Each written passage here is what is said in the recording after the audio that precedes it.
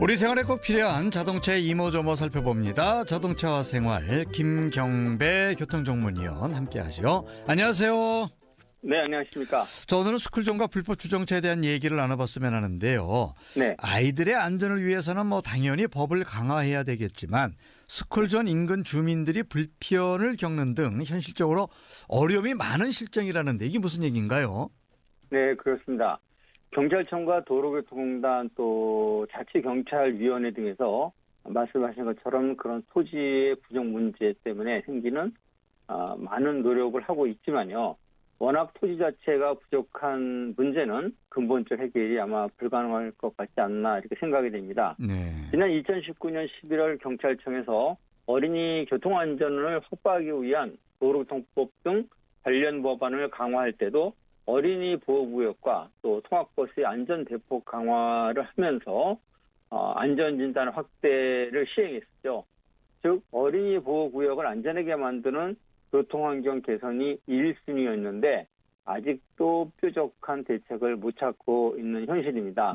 당시도 유관기관 합동으로 사고 위험을 기준 안전진단과 시설 개선 등을 실시 중이었고 또 2020년부터는 어린이 보호구역 집중관리 기준을 변경해서 더 많은 보호구역 안전관리 대상을 강화했었으니까요. 예. 이전에는 스쿨존 반경 200m 이내에서 2건 이상의 어린이 교통사고가 발생했을 때 사고 다발 지역으로 선정이 됐습니다. 이 기준이 네. 2020년에는 반경 300m로 확대됐고 경찰도 추가 배치됐다고요? 맞습니다. 새로운 스쿨존 조성을 위해서 일반 교차로에서 출근길 교통관리를 하시던 경찰관 620명을 어린이 보호구역으로 전환 배치를 하고요. 또 사고 우려가 높은 어린이 보호구역 중심으로 등교 시간뿐만이 아니라 하교하는 시간대에도 지구대와 파출소 경찰까지 확대 배치에 나섰는데요. 그런데 최근 3년간 보호구역 내에서 전체 어린이 교통사고 중 하교 시간대인 14시부터 18시 사이 발생된 사고 건수가 53.2%나 되고요. 이로 인한 사망이 52.6%, 부상이 51.4%가 집중되는 것으로 이렇게 분석이 됐습니다.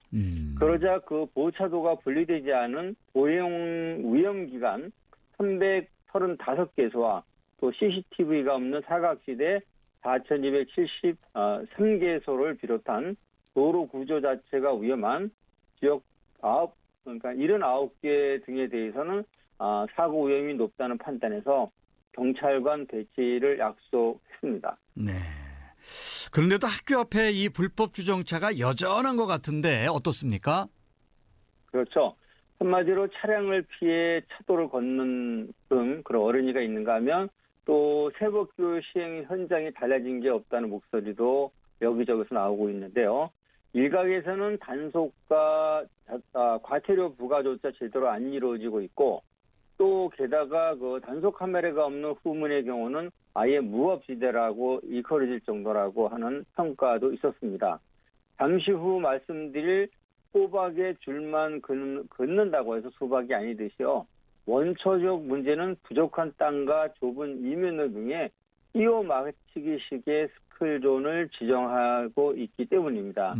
짧은 불법 주정차라도 일단 다른 운전자들에게서는 키가 상대적으로 작은 어린이 보행자가 이 잠시 쓴 불법 차량에 가려져서 잘 보이지 않기 때문에 교통사고 위험이 높아진다는 지적에 따라서 2021년 10월 21일 과태료가 배가되는 도로교통법 시행령 개정안이 시행됐지만요. 스쿨존 주정차 금지 현장은 6개월이 지난 지금도 불법 주정차는 계속될 수밖에 없는 게 현실입니다. 예. 서울의 경우 개정안 시행 후 4월까지 불법 주정차 차량 8만 4,238건이 단속이 됐고요. 올해도 월 평균 11,196에서 14,006건까지 단속이 됐을 뿐이 아니라 경찰청 스쿨존 내 교통사고 집계에 따르면 2018년 418건에서 2019년 532건, 또 2020년에는 464건으로 집계가 돼서 네. 크게 줄지 않고 있는 현실을 여실히 보여주고 있습니다. 예. 아이들에게도 자신을 지키는 안전보행 교육이 필요하겠죠? 그렇습니다. 3월 신학기를 맞아서 충남자치경찰위원회가 통학로 교통사고를 예방하는 안전한 등하굣길 조성 프로젝트를 추진하고 있는데요. 위원회에 따르면 스쿨존 내 어린이 교통사고가 연간 10% 감축되고 사상자 제로화를 목표로 한 이 프로젝트를 들여다보면요. 교통사고 빅데이터 분석 결과를 기반으로 해서 학교별 교통사고 위험도를 산출해내고요. 또 취약 지점에 대한 선제적 교통시설 설치 등 환경을 개선하는 데 주 목표가 있습니다. 이를 위해서 현재 그 충남경찰청과 보호구역을 지정하고 여기에 또 방호 울타리를 설치하는 등 보행자 중심적의 도로 환경 조성을 통한 운전자의 가시성을 확보한다는 그런 개념으로 활동을 하고 있죠. 네. 아이들의 안전도 지키고 주민 불편도 최소화할 수 있는 접점을 또 많이 찾아야 될 것 같습니다. 오늘 말씀 여기까지 네네. 듣겠습니다. 고맙습니다. 네, 감사합니다. 네, 지금까지 김경배 교통전문위원이었습니다.